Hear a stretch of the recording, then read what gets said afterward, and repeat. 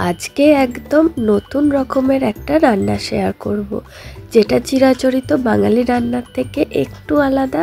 তবে এটা বাঙালি রান্নাই, আর খেতেও দুর্দান্ত হয়েছিল। না বানিয়ে খেলে বোঝা যাবে না। রিকোয়েস্ট করব ভিডিওটা শেষ অবধি দেখুন, বেশ ভালো লাগবে।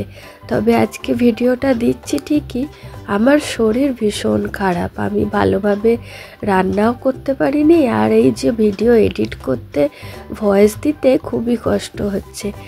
তবুও ইউটিউবের রিকোয়ারমেন্ট, টাইমে টাইমে ভিডিও দিতেই হবে, তাই অনেক কষ্ট করেই আজকের ভিডিওটা রেডি করেছি। কোনো সিম্পাথি নেওয়ার জন্য বলছি না, শরীর খারাপ তো মানুষ মাত্রই হয়ে থাকে। তবে আজকে ভীষণ কষ্ট হচ্ছিল, তাই জন্য আজকে না বলে পারলাম না। যাই হোক, এখানে বাঁধাকপিটা দেখতে পেলেন একটা হ্যান্ড চপারের মাধ্যমে ছোট ছোট করে কুচিয়ে নিয়েছি। এই মেশিনটা অনেকের ঘরেই থাকে, যাদের থাকে না তারা কি করবেন, বটিতে করেই ছোট ছোট করে কুচিয়ে নেবেন, কোনো অসুবিধা হবে না।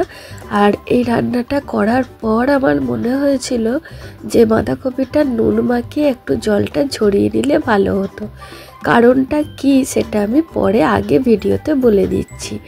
এবার বাঁধাকপির মধ্যে ডাইরেক্ট দুটো ডিম ফাটিয়ে দিয়ে দিলাম, স্বাদ মতো নুন দেব, আর সঙ্গে দেব গোলমরিচের গুঁড়ো।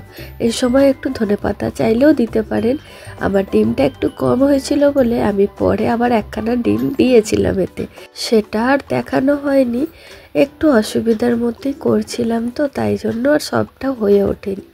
যাই হোক, খুব ভালোভাবে মিশিয়ে একদম সমান করে ফ্ল্যাট করে ছাড়িয়ে দেব প্যানটার মধ্যে। আমি এটা কেক তৈরি করার প্যান নিয়েছি, যে কোনো রকমের স্টিলের টিফিন বা স্টিলের বাটিতেও হবে। এবার এটা ভাপাতে দিয়ে দিচ্ছি। ভাপানোটা হয়ে গেছে কি করে বুঝবেন, একটা ছুরি বা চামচের পেছন দিকটা ঢুকিয়ে দেখবেন, যদি গায়ে কিছু লেগে না যায় তার মানে ওটা সেদ্ধ হয়ে গেছে। সেদ্ধ হয়ে যাওয়ার পর কি করতে হবে, প্রথমে তো সবটা সুন্দর করে এই প্যান থেকে বার করতে হবে। তার জন্য সাইডটা ভালো করে কেটে দেবো, দিয়ে ধীরে ধীরে বার করে নেব ঠিকঠাকভাবে। প্যানটার তলায় একটু তেল মাখিয়েও দিতে পারেন, তাহলে বার করবার সময় আর কোনো অসুবিধা হবে না। এবার পনির যেভাবে কাটা হয় সেইভাবে কেটে নিচ্ছি, তবে একটু বড় বড় সাইজেরই পিস করেছি, যে যেমন সাইজের পিস করতে পারেন। এবারে বলি কেন বলছিলাম বাঁধাকপিটা একটু নুন মাখিয়ে জল বার করে নিলে ভালো হবে। কারণ হচ্ছে যে এই যে কিউবগুলো রেডি করলাম সবই ভালো হয়েছে, কিন্তু এইগুলোর মধ্যে একটু একটু জল জল ভাব আছে। এবার এগুলো যখন এইভাবে ডিপ ফ্রাই করতে হবে, সেই সময় একটু তেল খেয়ে নিচ্ছে বেশি। যদি বাঁধাকপি থেকে জলটা বার করে নেওয়া হয়, তাহলে এই যে ভাপানো হয়েছে সেটা একদম টাইট জমাট হয়ে বসবে, আর এই ফ্রাই করার সময় খুব সুন্দরভাবে ডিপ ফ্রাই করা যাবে। এটা ফ্রাই হয়েছে আমারটা, তবে একটু জল জল ভাব আছে আর তেলটা অনেকটা টেনেছে। তবে আমি এটা ভুল করে করিনি, আমার ভালো লাগছিল না বলে তাড়াহুড়ো করে যেমন সহজে পেরেছি তেমন করে দিয়েছি। করার আগেই আমার মনে হয়েছিল জলটা বের করে নিলে ভালো হতো, তবে আর সময় দিতে ইচ্ছা করেনি। যাই হোক, ডিপ ফ্রাইটা করে নিলাম। আর হ্যাঁ, আর একটাও ইম্পর্টেন্ট কথা, এই ডিপ ফ্রাইটা খুব ভালোভাবেই করতে হবে। ডাইরেক্ট এটা গ্রেভিতে দিয়ে দিলে ভালো টেস্ট আসবে না, যেহেতু ডিমের সাথে বাঁধাকপিকে ভাপানো আছে। গুমগুমে গন্ধটা মারতে খুব ভালোভাবে এটা ভেজে নিতে হবে। এবার চলুন চলে যাই পরের স্টেপে। তো পরের স্টেপের জন্য ওই তেলটাই খানিকটা কমিয়ে নিয়েছি। এবার তেলের মধ্যে দিয়ে দিচ্ছি বেশ খানিকটা পেঁয়াজ কুচনো। পেঁয়াজটা ভাজা হয়ে গেলে দিয়ে দিচ্ছি 2 থেকে আড়াই চামচ মতো আদা রসুন বাটা। এই রান্নাটায় আদা রসুনটা একটু বেশি পরিমাণেই ব্যবহার করেছি। দিয়ে খুব ভালোভাবে কষিয়ে নেব। এই আদা রসুনটা কষাতে খুব বেশিক্ষণ সময় লাগে না, 30 সেকেন্ড থেকে 1 মিনিটের মধ্যেই একটু নেড়ে চেড়ে কষিয়ে নিলেই হবে। তারপরে দিয়ে দেব গুঁড়ো মশলা। প্রথমেই আগে দিয়ে দিচ্ছি সামান্য পরিমাণে একটু নুন। নুনটা কষানোর সময় দিলে আমার মনে হয় বেশ টেস্টটা খুব ভালো আসে। যাই হোক, আর দিচ্ছি হলুদ গুঁড়ো, লঙ্কা গুঁড়ো, আর এরই সঙ্গে দেব 1 চামচ ভরে ধনে গুঁড়ো, সামান্য একটু কম পরিমাণে জিরে গুঁড়ো, একদম 1 চিমটে গরম মশলা, কাশ্মীরি লঙ্কার গুঁড়ো, আর অবশ্যই দিতে হবে গোলমরিচের গুঁড়ো।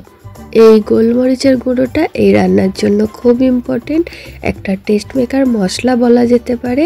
অবশ্যই গোলমরিচের গুঁড়োটা ব্যবহার করতে হবে।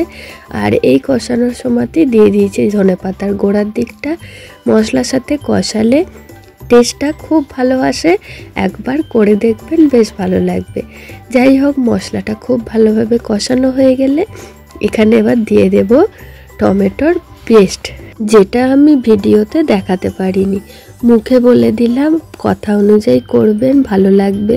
এই যে গ্রেভিটা হট করে বেড়ে গেল, কি করে বেড়ে গেল? আমি তো টমেটোর পেস্ট দিয়েছি, যেটা দেখাতে পারিনি।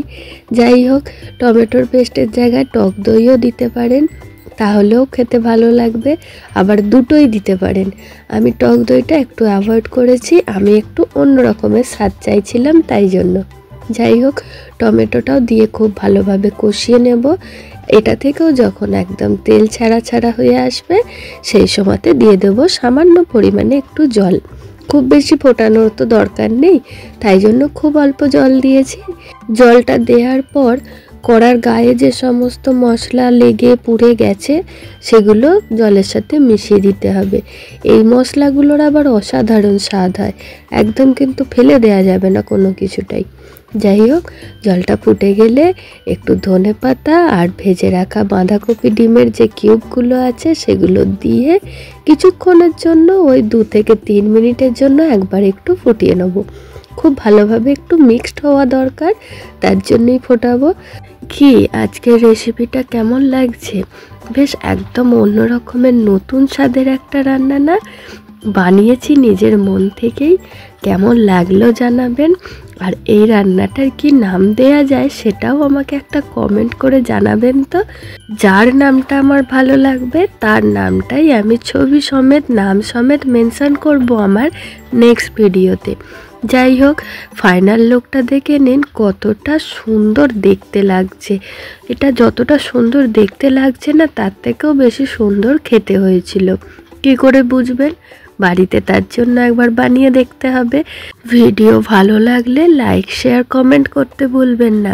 আর এই রকম সুন্দর সুন্দর ঘরোয়া রান্নার নতুন নতুন রেসিপি দেখতে আমার চ্যানেলটা সাবস্ক্রাইব করতে হবে। আর দেরি করছেন কেন? আর কয়েকটাই তো বাকি আছে, সাবস্ক্রাইবটা আবার ঝটপট করে দিন তো। অনেকটা কষ্ট করছি আজকের ভিডিওতে, তো অপরিসীম কষ্ট করছি এই ভয়েসটা দিতে। 1-2 সাবস্ক্রাইবার না এলে হয়? ভালো লাগে। যাই হোক, আজকের মতো আসছি, আবারও ফিরে আসবো নতুন কোনো রান্নার ভিডিও নিয়ে। ততক্ষণ সবাই ভালো থাকবেন, সুস্থ থাকবেন, টাটা।